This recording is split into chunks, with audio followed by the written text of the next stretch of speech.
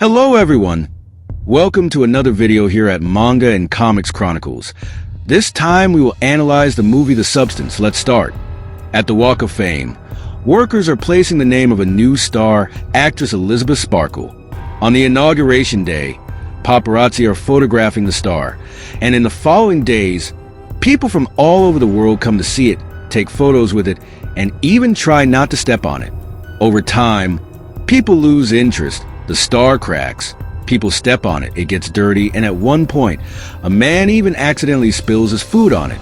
In the present, Elizabeth is the host of a fitness TV show. Her job consists of giving the class in tight sportswear, doing the exercises, and ending the show by blowing a kiss to the audience. Afterward, she leaves the set and walks down a long hallway filled with portraits of herself, where several workers congratulate her because today is her 50th birthday. She stops in front of the women's restroom, but the door is closed. So, she decides to enter the men's restroom, whose door is open. Shortly after entering, Harvey, the TV network's director, also enters, talking on the phone without realizing Elizabeth is there. In his call, he asks an assistant to find a younger and sexier replacement for Elizabeth, commenting that she is no longer useful because she is too old.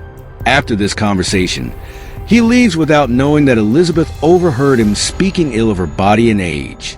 In the next scene, we see Harvey explaining to Elizabeth that she is fired. He clarifies that he is doing it because he has to give the audience what they want. And what people want are new things, and at 50 years old, well, that just stops. Elizabeth asks what stops, and Harvey doesn't know how to respond. So he pretends to hear a colleague calling him and leaves the table. From here, we begin to notice that the film is heavily loaded with symbolism everywhere, but the one that triggers everything is a restroom. We just saw how everyone congratulated Elizabeth on her 50th birthday, but immediately afterward, the door to the women's restroom was closed. This is both literal and metaphorical, and refers to how, with age, opportunities for women diminish or simply disappear completely. Now, what did Harvey mean when he said that at 50, that stops? For me, he was referring to the fact that attractiveness, beauty, and you stop, and in our society, especially in the case of women, those attributes are sadly equated with a woman's value. That's why he mentions that it's what the audience demands. By audience, he doesn't just mean the show's viewers, but is speaking on behalf of society. It's as if Harvey sees Elizabeth as an object that has expired and must be discarded, because now that she has lost what gave her value, she is no longer useful, no longer what the audience wants. The irony here is that Harvey is a man slightly older than Elizabeth, but the door to the men's restroom remains open, which clearly speaks to how society treats maturity in men very differently. While maturity in men is seen as something positive, in women, it is seen as something that diminishes their value and exiles them from society. The dangerous thing is that many women grow up internalizing this, as we are about to see. Elizabeth drives back home. On the way, she gets distracted by seeing a billboard with her face being torn down. Immediately afterward, a car crashes into her vehicle. Fortunately, the doctor at the hospital informs her that she is fine and then leaves. Elizabeth breaks into tears, but before she can get up, a nurse stops her. The guy is young, quite handsome, and has a large red mark on his hand. He quickly examines her, gives her his coat, and Elizabeth leaves. However, when she checks the coat, she discovers that the nurse has left a USB titled The Substance, accompanied by a note that says, "It changed my life," along with a phone number. At that moment, a man arrives to greet Elizabeth. It's Fred, an old friend from elementary school whom she hasn't seen in a long time, and who has always been in love with her. He tells her that she is still the most beautiful woman in the world, and then gives her his number to see if they can go out for a drink sometime. Elizabeth arrives at her apartment, where there is a giant portrait of herself from when she was younger. In the glass, the current Elizabeth is reflected, but her reflection is much smaller and less visible than the large image, symbolizing how insignificant she feels compared to her younger version. There's also a bouquet of roses that the TV station sent her in gratitude for her years of work, accompanied by a note that says, "You were amazing. which implies that she is no longer considered amazing. For this reason, Elizabeth grabs a USB and connects it to her TV. When she opens it, a commercial plays for a product called The Substance. This product promises to create a better version of yourself, more youthful, more beautiful, and more perfect through a simple injection.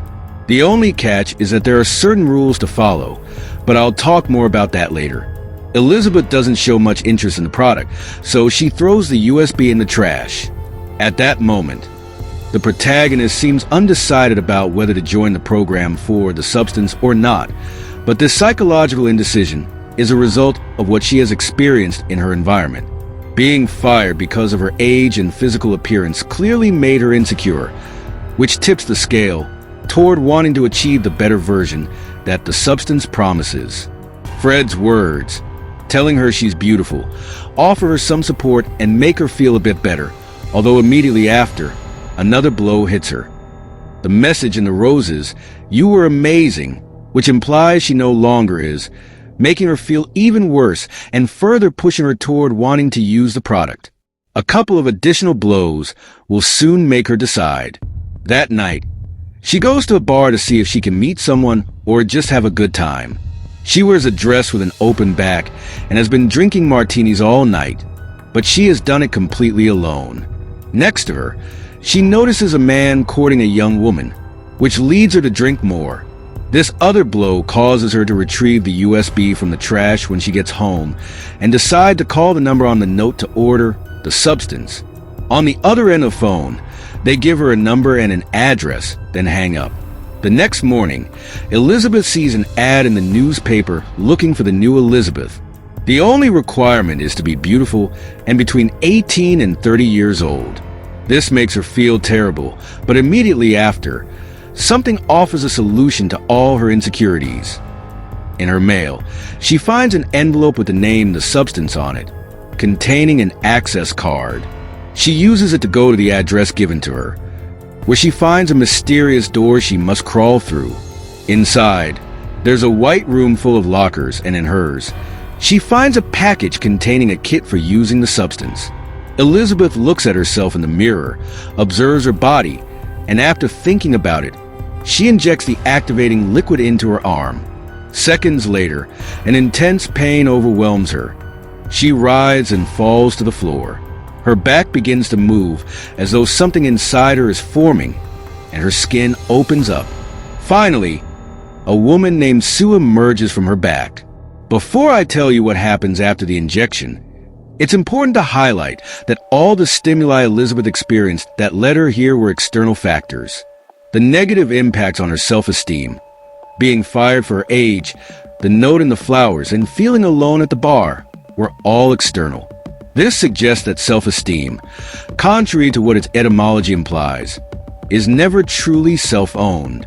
Instead, it is always framed in relation to others and is the result of comparing how we see ourselves with what society deems worthy of value. This is one of the most important concepts in the film, so remember it well because I'll come back to it in a moment. Sue, the woman who emerged from Elizabeth's back, looks at herself in the mirror and realizes she is beautiful, young, and has body proportions that society would consider perfect. After taking a bath, her nose begins to bleed. Upon investigation, she realizes she needs to inject a stabilizing liquid, which can only be extracted from Elizabeth's back using a syringe. Once the liquid enters her system, Sue recovers. To understand this, we need to know how the substance works. In the commercial Elizabeth saw at the beginning, it is explained that the kit contains 4 items. The first is the activator that Elizabeth injected, which is for one-time use. The second is the syringe for injecting the stabilizing liquid, which is extracted from Elizabeth's back.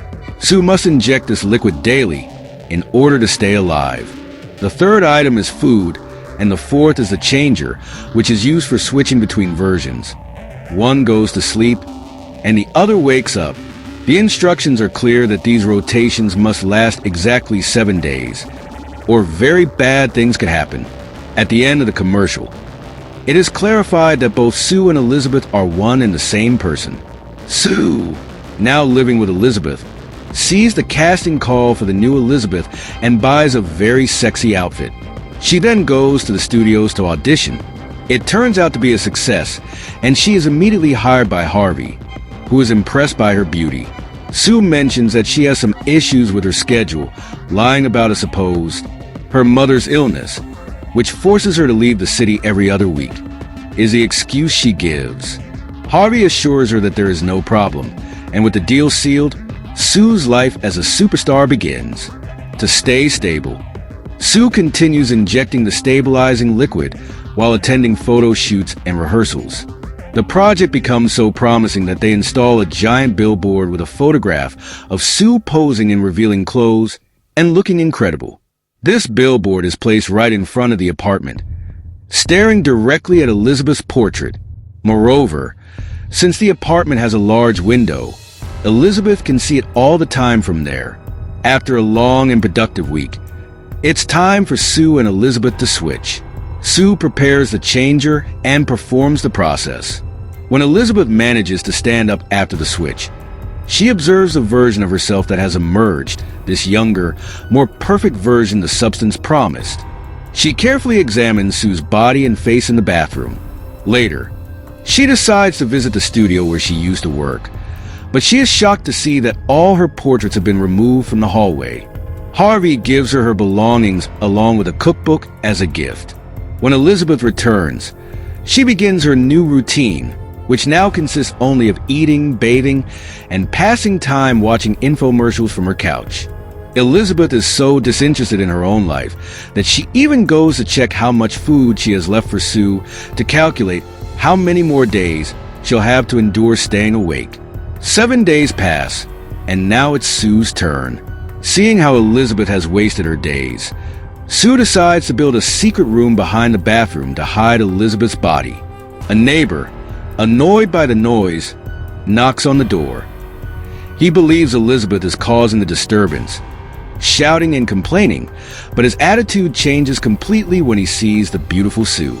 Instead of scolding her, he becomes nervous and offers to help, but Sue rejects him. Once the secret room is finished, Sue locks Elizabeth inside and then removes a large portrait of Elizabeth, leaving only her own billboard visible. The next day, Sue has her first recording of the show alongside other dancers. She performs exercises and movements that highlight and exaggerate her physical attributes, proportions, and beauty. At the end, Sue bids farewell to the cameras using exactly the same gestures and lines that Elizabeth used to say. After the recording, Sue walks down the hallway where her new poster is already in place where Elizabeth's used to be. Now, it is Sue's last night before she has to switch again. She notices that Elizabeth has little food left, but reassures her that she won't be long. Then, Sue leaves to have fun with friends. The night ends with Sue at her apartment with a biker guy, about to have sex with him. However, as she undresses, Sue's nose starts to bleed because she's lacking stabilizing liquid. Unfortunately, she has no more left, as the 7 days have passed. Desperate, Sue runs to the bathroom, grabs a syringe, and decides to extract more liquid from Elizabeth's back to last a few more hours, despite the strict instructions prohibiting it. After a night of passion, it's time for Elizabeth to wake up. When Elizabeth gets up, she finds a note from the guy Sue was with, mentioning that he will return to pick up his helmet. However, Elizabeth's expression turns to horror when she realizes that one of her fingers has started to age extremely and grotesquely. She understands that this happened because Sue took more hours than her allotted time. Elizabeth calls the number for the substance, and they explain that what was taken from one side is removed from the other. They clarify that this is irreversible and remind her that there is no me and you. The two of them are one.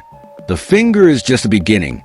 As Sue continues to steal more time, Elizabeth will deteriorate more and more until she ends up with a grotesque, monstrous body, just as we are about to see. Immediately after, Elizabeth watches a video of the show with Sue as the new protagonist. The shots glorify her body and showcase her beauty, which makes Elizabeth feel terrible. The transformation her finger underwent has two symbolic meanings for me. First, it's a finger with characteristics of a very old person, but these features are exaggerated and made in a grotesque manner. For me, this is a film addressing the issue of old age and how our society views it as repulsive. But we will get to that point later. The second meaning is that through this physical deterioration Elizabeth will experience, we'll see how her self-perception worsens. And the more she compares herself, the more she starts to hate herself. The film exaggerates these traits not because old age is inherently grotesque, but because Elizabeth sees it in herself as something disgusting and worthy of hatred. After this shock, Elizabeth walks to the store to pick up a refill of the substance. This time, she leaves completely covered in sunglasses, a coat, and gloves, a stark contrast to how she presented herself at the beginning of the film, wearing revealing clothes during the show or the dress with the open back at the bar. This gives us an idea of how her insecurity has grown. After picking up the package, Elizabeth goes to a cafe where something surprising happens. An elderly man with blue eyes sitting across from her says, "I feel eternal, don't you think?" Elizabeth watches him closely and notices that the man has a scar on his back, and the same mark that the nurse had, revealing that he was always another client of the substance program. Elizabeth is horrified, but before she can run away, the elderly man exclaims, "It becomes harder every time to remember that you still deserve to exist, that this part of you still has value, that you still matter." Terrified, Elizabeth runs back to her apartment, but she accidentally bumps into the same guy from the motorcycle with whom she had intimacy. He, upset, treats her with absolute disdain before leaving. The scene we just saw with the elderly man seems very symbolic to me because he is not a woman whose value is tied to her beauty. But despite this, he also says that sometimes it's hard to remember that he deserves to exist in the society we live in, which often measures people's worth based on their productive capacity. As individuals age, they are increasingly considered irrelevant, both in the workplace and culturally. As they stop being considered productive, they also lose their sense of value and meaning. It seems that modern society denies the elderly the right to be visible, heard, or taken seriously. Instead, they are seen as an annoying presence. Think about it. Today, old age seems to be perceived as a disease that needs to be cured or fought against. It's no coincidence that many people try to appear younger than they really are. In Elizabeth's case, due to the kind of work she had, her productivity was associated with her beauty and age. Therefore, when she lost one, she lost the other. In a productive society that despises and considers useless those who aren't, these people who can't produce. This isn't limited to the elderly, but also includes people with disabilities, can internalize the idea that they don't have a place here, that they are worth nothing, and therefore lose their sense of purpose in life. Later, Elizabeth finds Fred's number among her belongings and remembers when he told her she was still the most beautiful woman in the world. She decides to call him, and they agree to go out to a bar that night. Elizabeth looks very happy as she calls him, and Fred seems just as excited. That night, Elizabeth wears heels and a red dress, clothing she hasn't worn in a long time. In the bathroom, she carefully applies makeup, but just as she's about to leave, she sees her younger self lying on the floor. She observes her smooth skin and full lips, which leads her to go back to the mirror to apply more makeup and more lipstick. When she's done, she grabs the car keys but notices a giant billboard of her in front of her window, highlighting her figure and attributes. This makes her return to the bathroom to cover her chest. She has to hurry or she'll be late, but when she touches the door handle, she sees her reflection in the metal, distorted by its curvature. This detail makes her look like someone horrible, so she goes back to the bathroom, starts to remove her makeup, ties her face, and messes up her hair violently. The night ends with Elizabeth locked in her room, unable to leave the house while Fred waits for her at the restaurant for a date that never came. All this because of the constant comparisons which, as we saw in the reflection of the door handle, ended up distorting the way Elizabeth sees herself. I've explained before that self-esteem comes from the comparison between how we perceive ourselves and what society deems valuable. This scene perfectly portrays the average woman's experience. where constant comparisons create constant insecurities. We live in a society where we are constantly exposed to images that represent what is considered valuable. Girls in billboards, supermodels on runways, and beautiful people on social media. We see how these faces and bodies receive admiration, likes, attention, and love. This is already serious. But what makes it worse is that all those ideals are unattainable. They are completely edited. It's an unfair competition because you're not competing against something real. Not even the supermodels in these photos look like that in real life, and we don't need to go that far.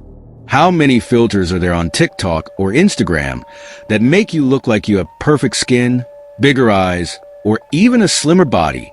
Now, if we think about it carefully and keep thinking wrong, there are many people who benefit from creating these insecurities, especially economically. Let's recap what happened to Elizabeth to understand this. Elizabeth was bombarded at every corner with images of how she should look, which inevitably created a huge insecurity. And the substance came to sell her a solution.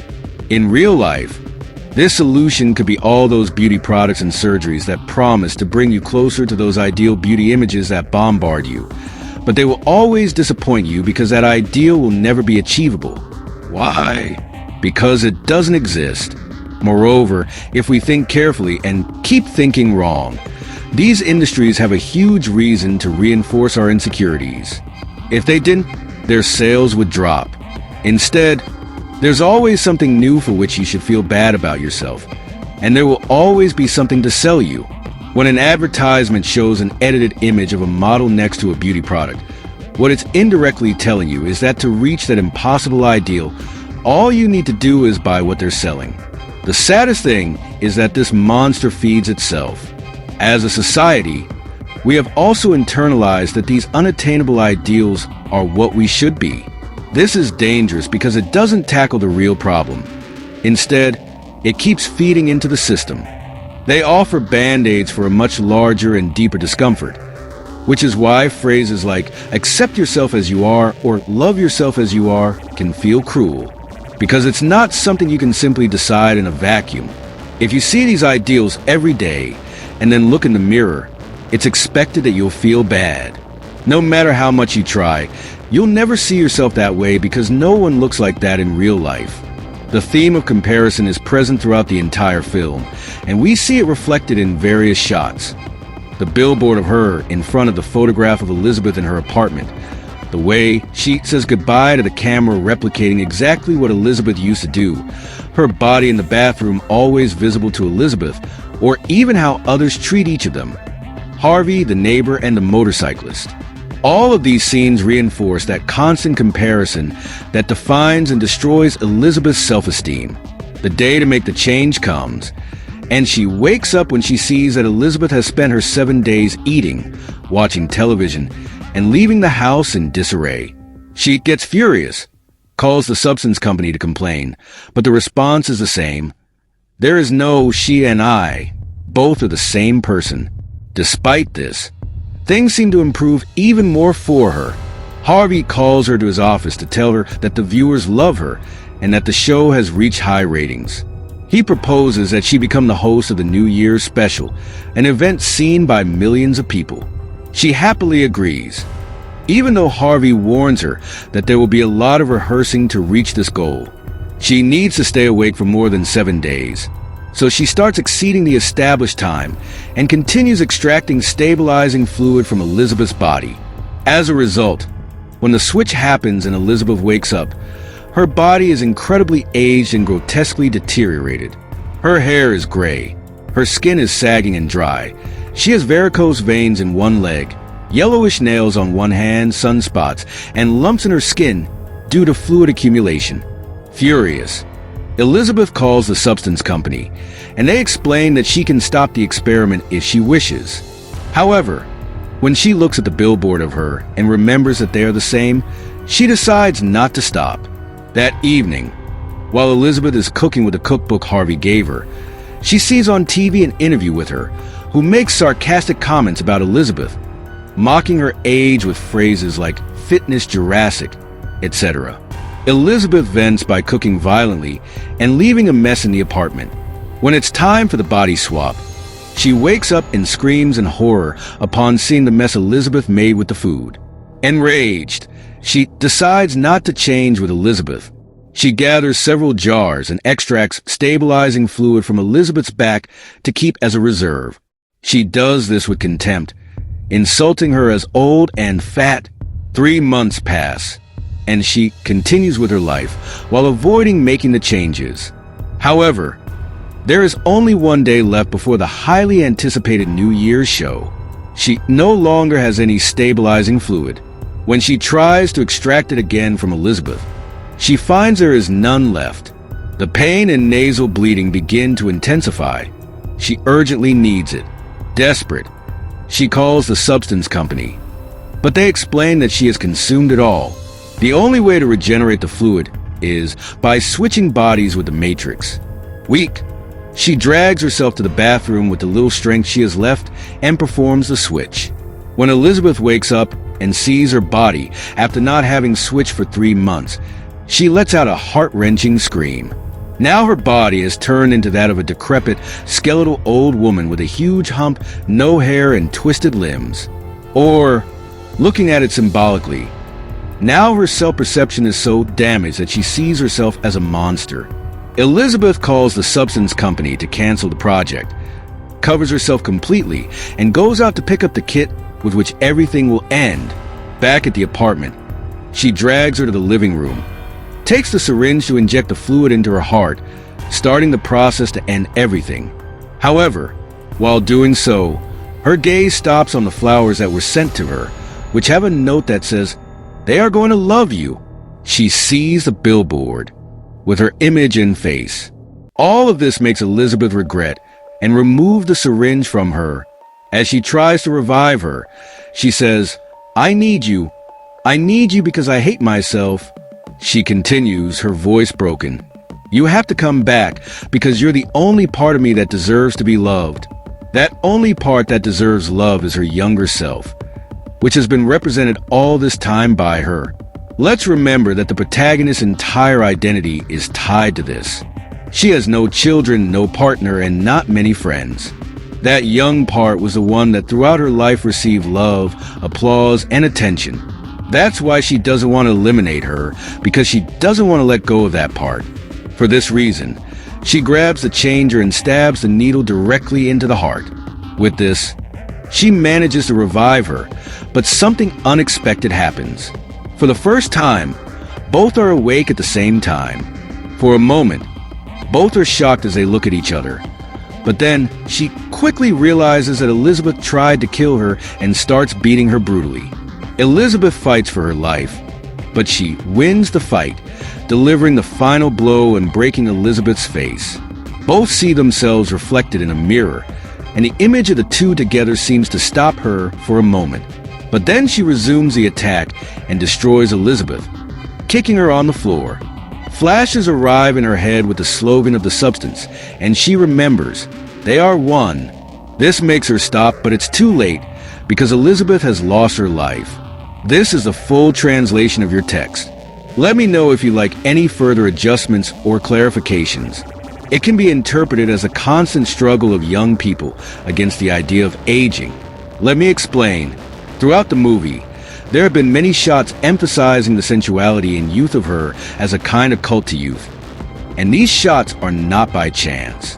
Today, the cult of youth is more present than ever. Youth is often valued, while old age is despised.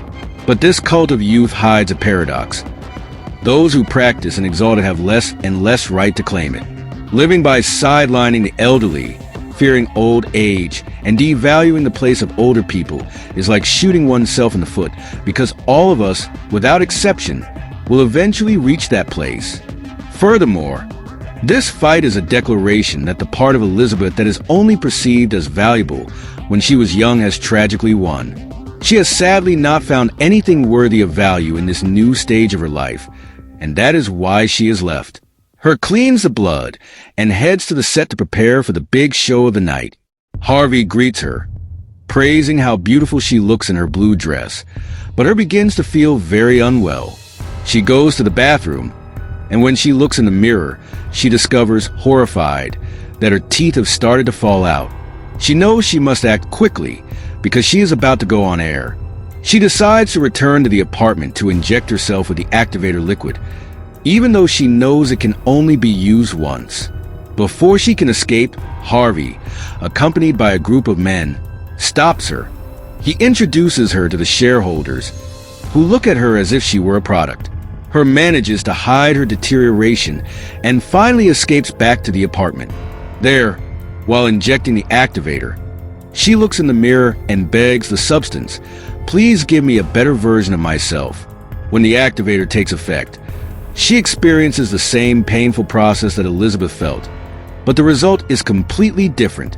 Instead of creating a beautiful new version of herself, what emerges is a completely deformed monster. It has teeth, hair, and eyes all over its body, and it barely resembles a human. On her back is Elizabeth's face attached to it. This being is named Monster Elizabeth.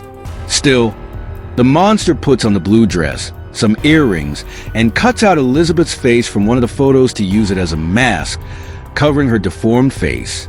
Monster Elizabeth heads to the set, where the New Year's Eve show is already underway. I want us to notice how in this show, there are viewers of all ages, including young girls. But among the people performing on stage are women either naked or wearing highly provocative clothing. Reading comments from the podcast we made about this film, I found one from Naomi Jimenez about this moment that seemed very accurate. The fact that there are young girls watching this could be a way to represent how exposed women are from a young age to objectification and how they are pushed to follow that unreachable beauty ideal. Monster Elizabeth walks from the back to the front of the stage. At first, the audience suspects something is wrong, but when the paper mask falls, the horror is revealed. The first to scream is a woman who points at Monster Elizabeth and exclaims, "It's a monster!" The rest of the audience begins to scream in horror and demands someone shoot her. Monster Elizabeth tries to calm them down, saying, "I am still me. I am Elizabeth. I am her." But no one is willing to listen. Instead, people start hitting her, while Monster Elizabeth screams in desperation, "I am still the same." With these words, I believe Elizabeth has reached an acceptance and integration of herself. Before, she only clung to her younger self, to her past, and to the part of herself that deserved love. But through her words, we understand that she has accepted that Elizabeth is her, but she is also her present self, the 50-year-old version. Now, her way of understanding herself has changed. She has understood that her worth is not only determined by what she was, but now she has many new possibilities to be, and she still has much to offer. By saying, "I am still me," she also refers to the fact that even though your body changes, deep down, you are the same person, deserving of love and affection. Everything ends when a man hits her head with a heavy object, causing Monster Elizabeth to bathe everyone present in blood, in a way giving them back the violence she received all this time. As she dies, her mind floods with the hurtful phrases she heard throughout her life. The remains of Monster Elizabeth managed to crawl out into the street, but now only the face of the original Elizabeth remains. It drags slowly along the ground, leaving a trail of blood and decay until it reaches her star on the Hollywood Walk of Fame. In her final moment of agony, Elizabeth's face stops above the star and begins to slowly disintegrate, disappearing completely. This story is fiction, but the same actress who portrays Elizabeth, Demi Moore, is a living proof of everything we've just analyzed. As of 2025, she is 62 years old and has probably experienced something similar to what Elizabeth went through, a youth in which she was acclaimed for her beauty and played the roles of young girls. However, as younger actresses emerged and she began to age, she no longer fit the beauty standard. Her popularity declined, and she started to be forgotten, perhaps like Elizabeth. She also went through a crisis in which she wasn't sure if she still had something to offer beyond a beauty standard she no longer fulfilled. But in a poetic turn at 62, she gave the world one of the best performances of her entire career in this film. It's not worth holding on to. Each stage of life should be lived in the present. Yes, the past is part of us, but it is not the only part. Each stage of life offers us a new set of possibilities. Maybe you can no longer play the role of young girls, but you can embody many other roles, perhaps even more fulfilling ones. However, these new possibilities will only come if we let go of the past and remain open to them. To wrap up this video, I'd like to remind you that while self-esteem may depend on comparing ourselves to external mandates, that doesn't mean we can't do anything to change it. Perhaps questioning these ideals and mandates imposed by others can help us find some peace. Asking ourselves, is this a fair comparison? Do I really need to be like this to be worthy of love? Do I need to reach this image to be valuable? These questions can help us realize that these prejudices are unfounded. We don't need to meet these ideals to be people deserving of affection and love, because a person is so much more than their face, much more than their physical appearance, and much more than their productivity. So, in case you've forgotten, or if someone has made you forget, I want to remind you that you are worth so much more than any image.